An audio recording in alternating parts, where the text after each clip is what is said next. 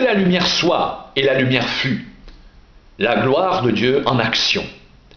L'emploi du terme gloire est organiquement corrélé dans les Écritures révélées à la souveraine personne de Dieu, merveilleusement caractérisée par sa toute inaliénable et imprescriptible puissance régalienne de créateur et législateur.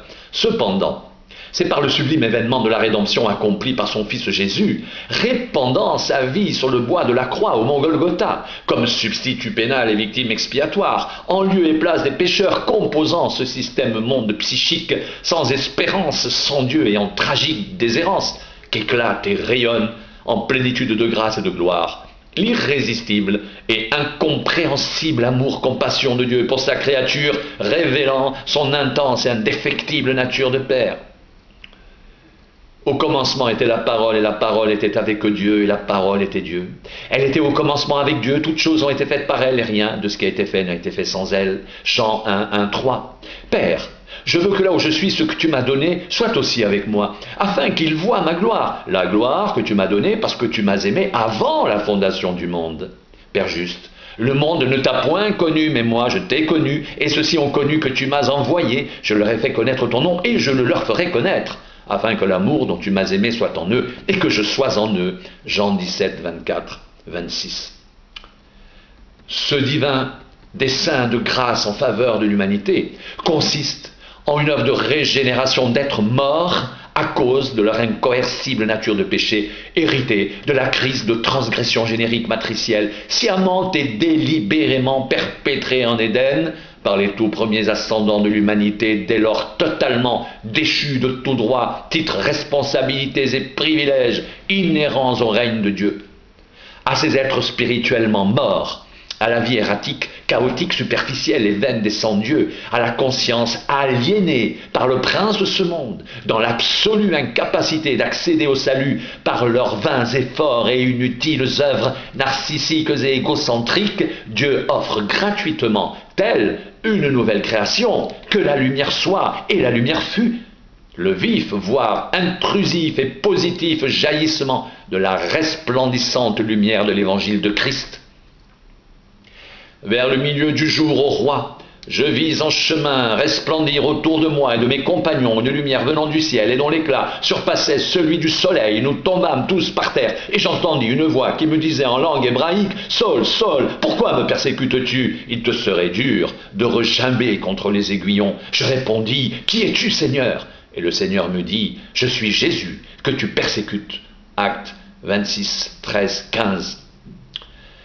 Car Dieu qui a dit « La lumière brillera du sein des ténèbres » a fait briller la lumière dans nos cœurs pour faire resplendir la connaissance de la gloire de Dieu sur la face de Christ. Nous portons ce trésor dans des vases de terre afin que cette grande puissance soit attribuée à Dieu et non pas à nous. 2 Corinthiens 4, 6, 7.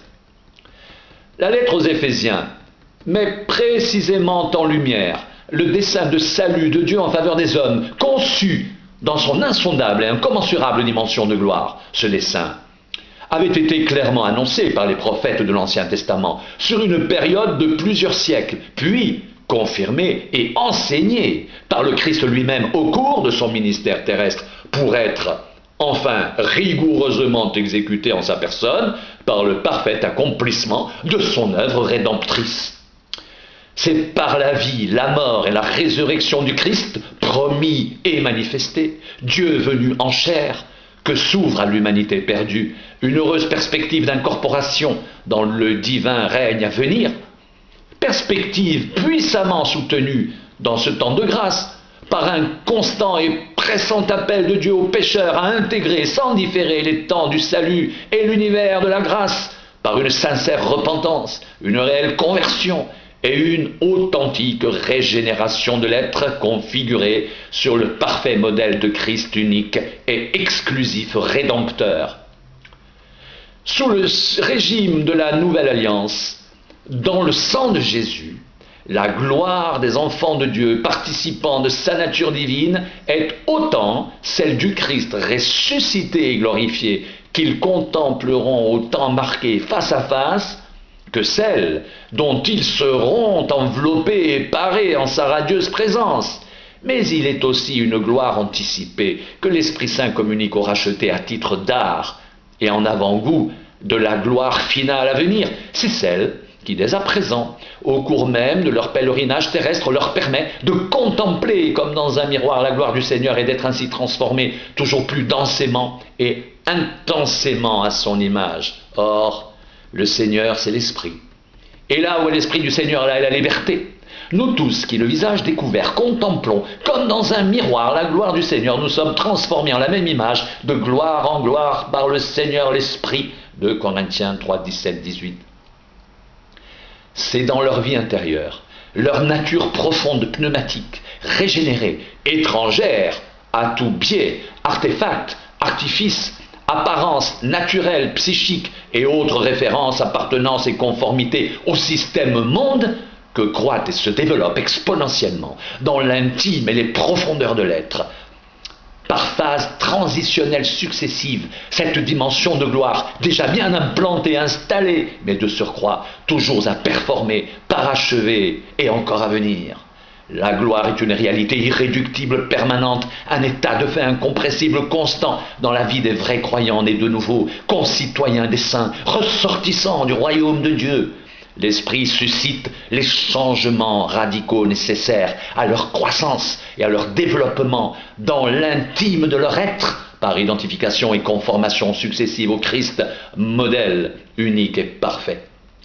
Transformé dans sa nature intrinsèque, métamorphosé en son être réel, de gloire en gloire, par le renouvellement de l'intelligence, en toute indépendance et résistance à l'égard du champ de force gravitationnelle, tourbillonnaire, perditionnel de ce monde, de cet éon, intégralement régi par le prince de ce monde, prince de l'air et prince des démons. Le racheté du Christ vit une expérience intérieure structurante, signifiante et édifiante, aux antipodes des pratiques de façonnement et modelage comportementaliste par pression de nécessité, compétition pour la survie et pression de conformité, dépersonnalisation, uniformisation, grégarité, appliquée par une civilisation en rupture de banc avec son Créateur et par conséquent privée du bienfaisant apport de sa divine, enthousiasmante et épanouissante ingénierie. Ne vous conformez pas au siècle présent, mais soyez transformés par le renouvellement de l'intelligence, afin que vous discerniez quelle est la volonté de Dieu, ce qui est bon, agréable et parfait. Romains 12, 2. Ce divin processus de glorification, magistral, l'enjeu spirituel, se traduit existentiellement par un puissant combat spirituel sous la motion exclusive du Saint-Esprit au sein d'une humanité perdue, frappée de confusion mentale, étrangère à la vie de Dieu, victime consentante ou tolérante d'une séduction hypnotique et d'une emprise totalitaire du prince de ce monde. Au reste, fortifiez-vous dans le Seigneur, et par sa force toute puissante, revêtez-vous de toutes les armes de Dieu afin de pouvoir tenir ferme contre les ruses du diable, car nous n'avons pas à lutter contre la chair et le sang, mais contre les dominations, contre les autorités, contre les princes de ce monde de ténèbres, contre les esprits méchants dans les lieux célestes. C'est pourquoi prenez toutes les armes de Dieu afin de pouvoir résister dans le mauvais jour et tenir ferme après avoir tout surmonté. Éphésiens 6, 10, 13. Ce processus exponentiel de glorification s'opère intégralement, de bout en bout, par la foi au Christ, par identification à sa mort, sa résurrection et sa glorification. Aussi, la personne baptisée en Jésus-Christ doit-elle avoir clairement conscience de l'éminente signification du baptême, à savoir une décisive et irréversible mort à ce monde soumis à la puissance insalubre, morbide et létale du péché.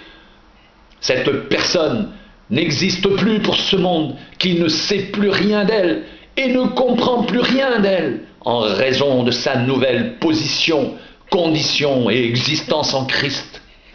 Ignorez-vous que nous tous qui avons été baptisés en Jésus-Christ, c'est en sa mort que nous avons été baptisés. Nous avons donc été ensevelis avec lui par le baptême en sa mort, afin que comme Christ est ressuscité des morts par la gloire du Père, de même nous aussi, nous marchions en nouveauté de vie. Romains 6, 3, 4.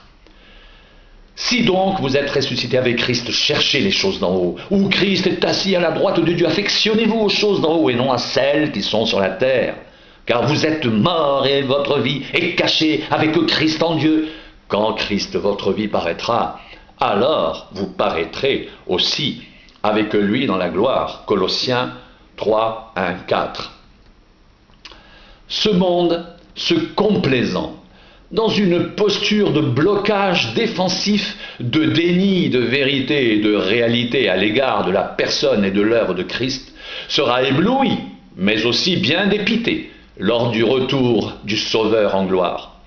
Pour ce temps, la gloire est soustraite à la connaissance de ce monde et d'une certaine manière également aux rachetés, qui l'anticipent cependant par son union spirituelle à son Sauveur.